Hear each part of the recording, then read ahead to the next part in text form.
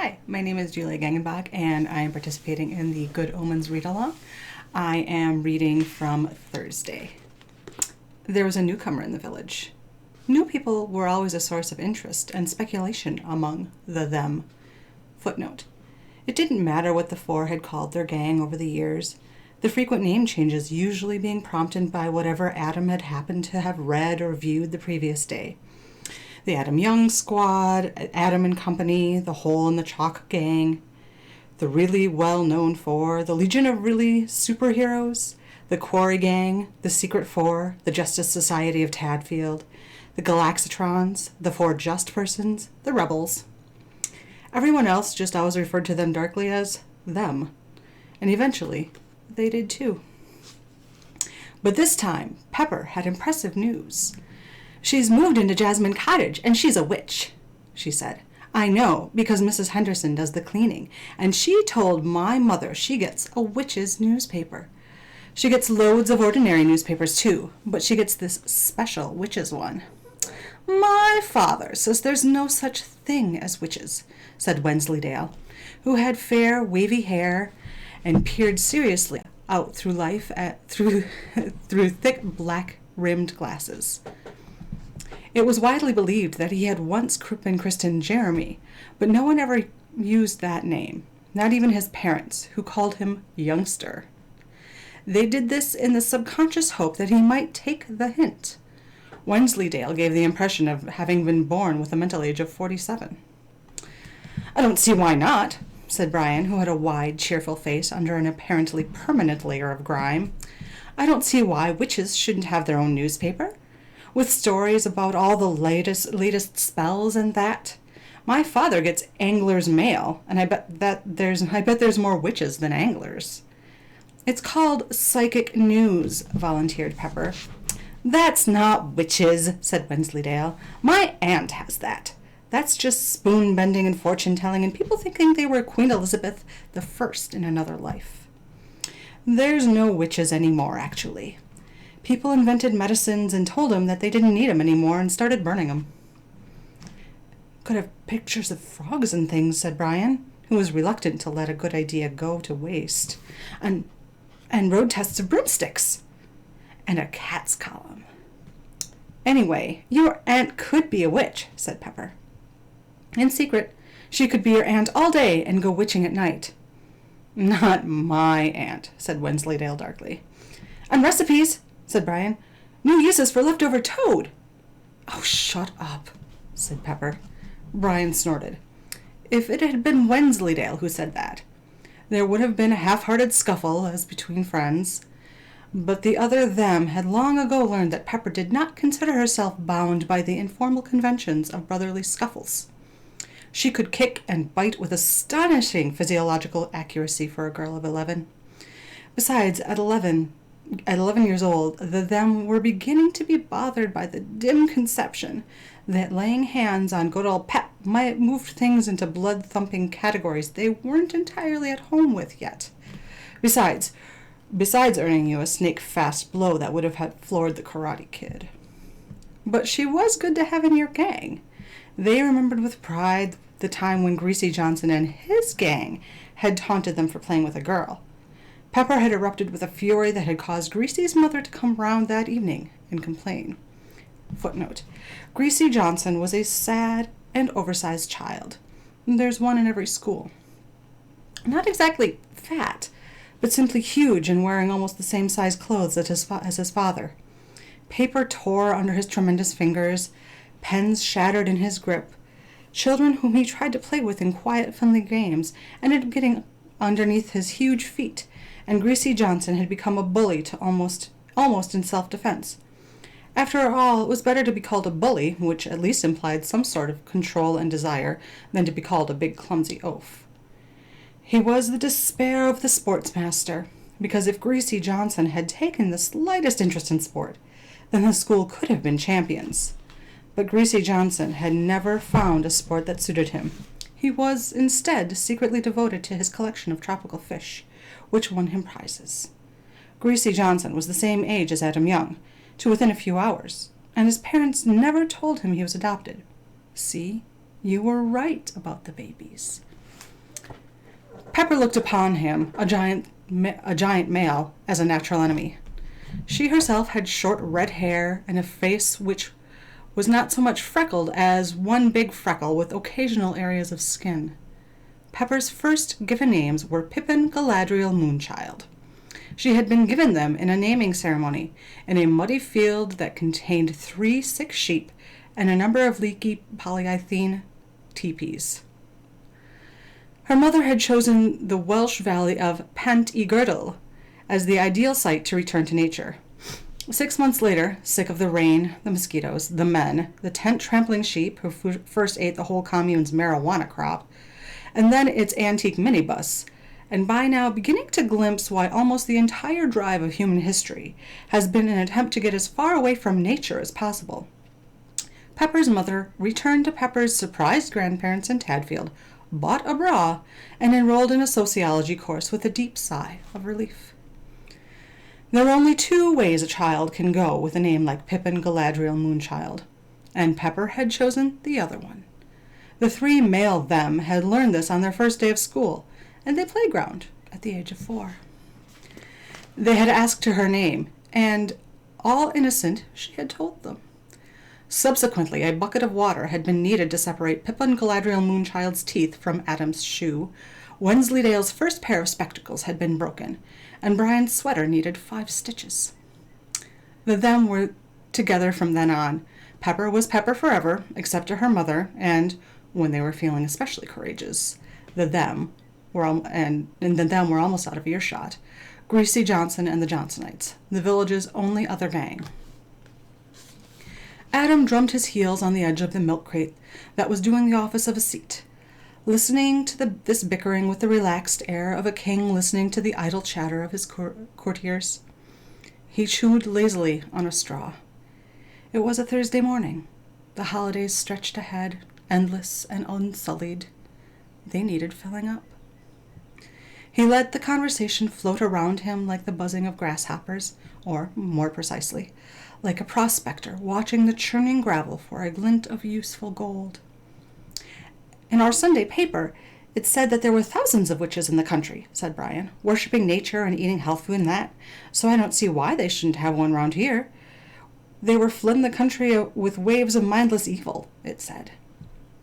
What, by worshipping nature and eating healthy food? Said Wensleydale. That's what it said. The them gave this due consideration. They had once, at Adam's instigation, tried a health food diet for a whole afternoon. Their verdict was that you could live very well on healthy food, provided you had a big cooked lunch beforehand. Brian leaned forward conspiratorially.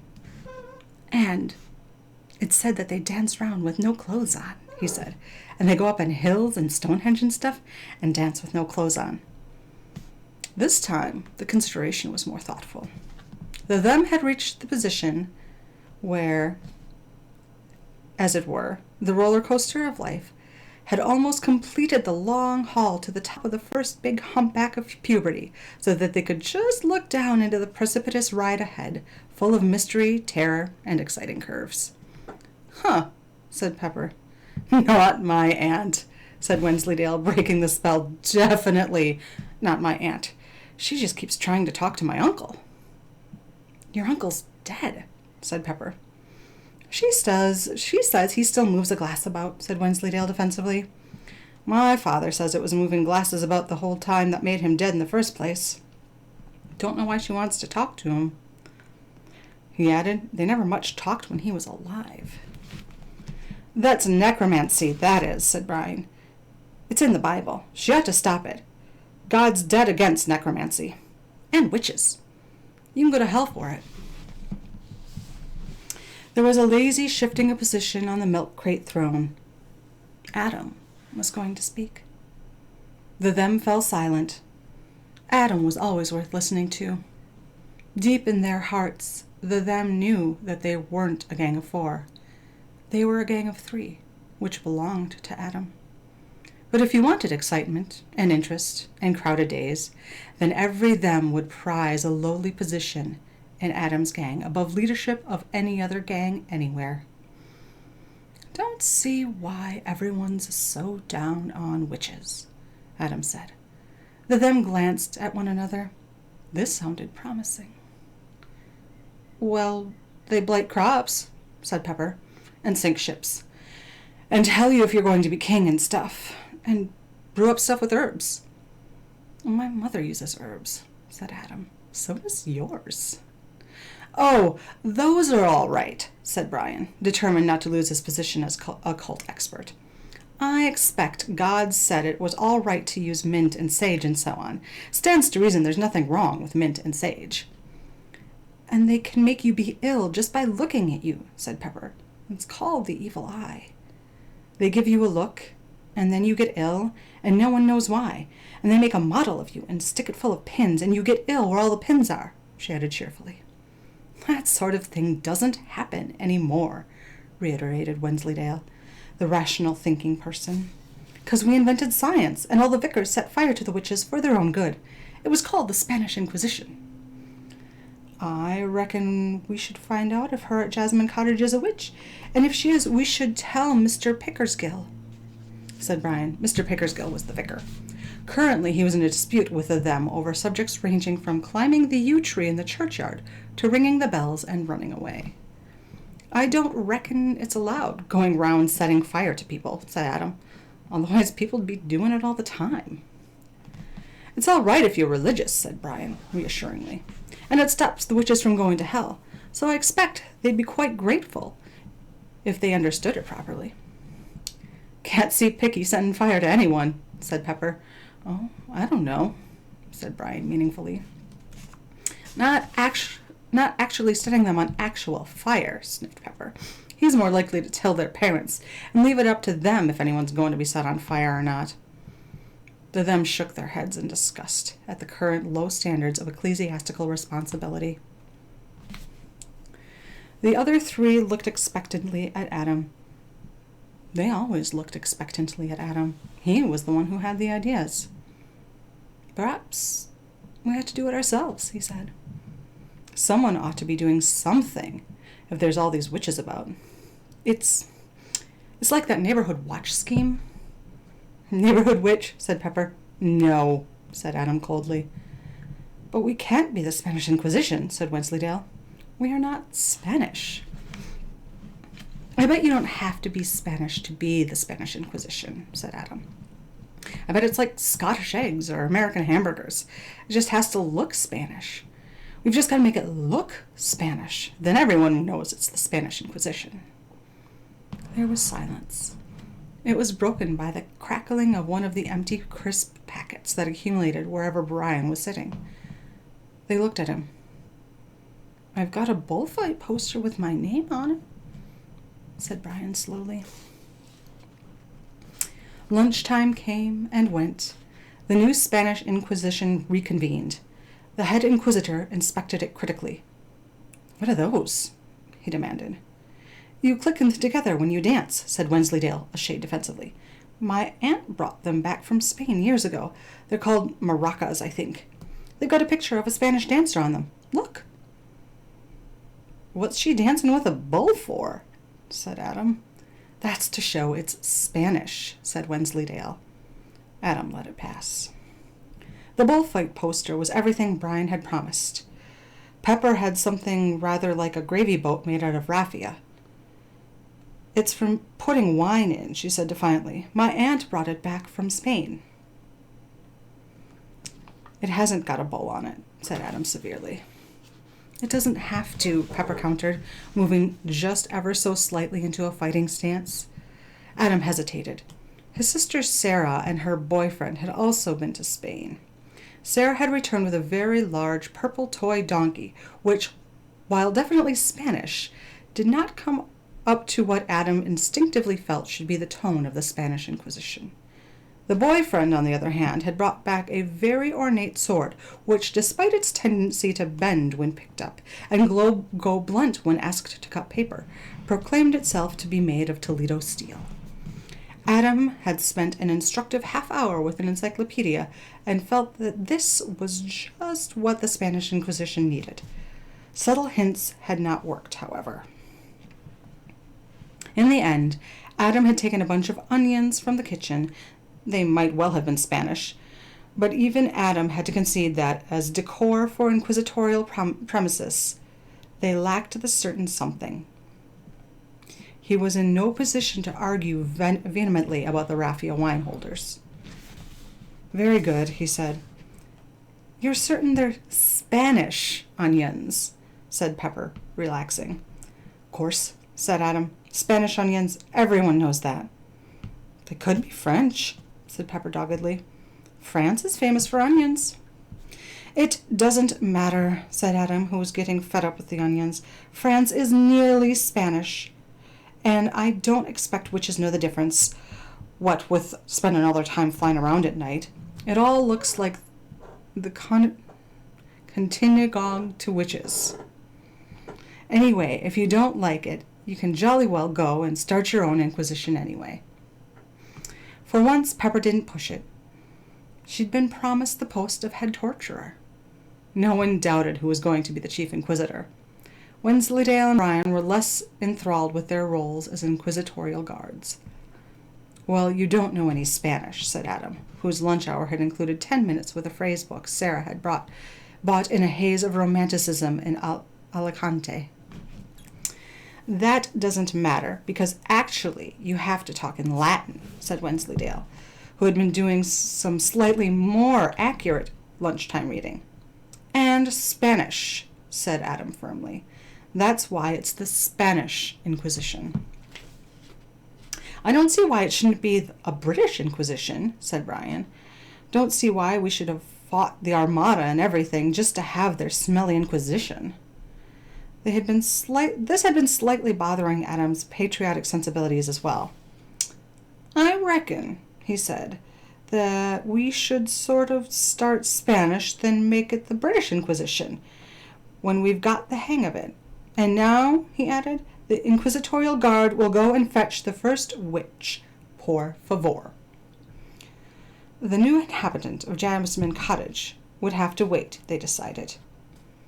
What they needed to do was start small and work their way up. "Art thou a witch?" "Olay," said the chief inquisitor. "Yes," said Pepper's little sister, who was 6 and built like a small, golden-haired football. "You mustn't say yes. You've got to say no," hissed the head torturer, nudging the suspect. "And then what?" demanded the suspect. "And then we torture you to make you say yes," said the head torturer. "I told you. It's good fun, the torturing. It doesn't hurt.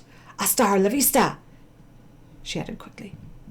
The little suspect gave a decor of the inquisitorial headquarters a disparaging look. There was a decided odor of onions. "Huh," she said.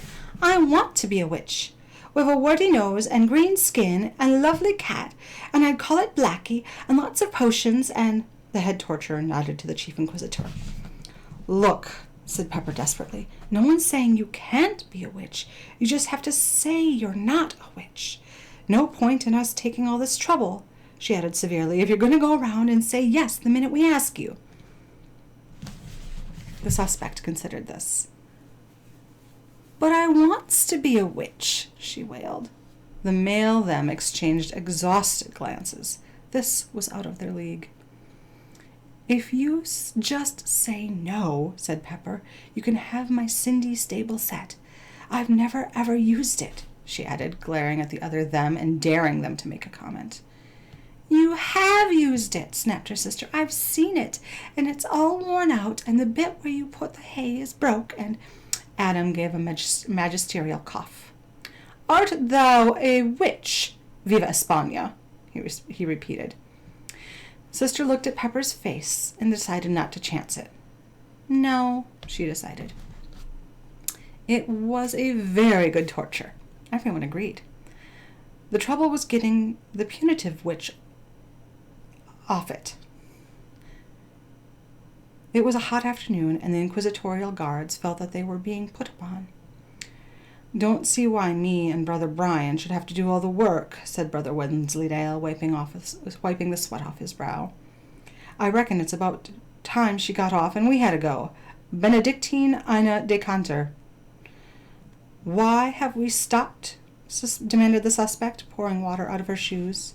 It had occurred to the chief inquisitor during his researches that the British Inquisition was probably not yet ready for the reintroduction of the Iron Maiden and the choke pear, but an illustration of medieval ducking stool suggested it was tailor-made for the purpose. All you needed was a pond, some planks, and a rope. It was the sort of combination that had always attracted them, who never had much difficulty finding all three. The suspect was now green to the waist. "It's just like a seesaw," she said. "Whee!" "I'm going to go home unless I can have a go," muttered Brother Brian. "Don't see why evil witches should have all the fun." "It's not allowed for inquisitors to be tortured, too," said the chief inquisitor sternly, but without much real feeling. It was a hot afternoon, and the inquisitorial robes of old sacking were scratchy and smelled of stale barley, and the pond looked astonishingly inviting.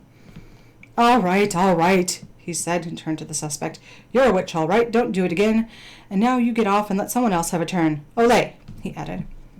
"What happens now?" said Pepper's sister. Adam hesitated. Setting fire to her would probably cause no end of trouble, he reasoned. Besides, she was too soggy to burn. He was also distantly aware that at some future point there would be questions about muddy shoes and duckweed-encrusted pink dresses. But that was the future, and it lay at the other end of a long, warm afternoon that contained planks and ropes and ponds. The future could wait.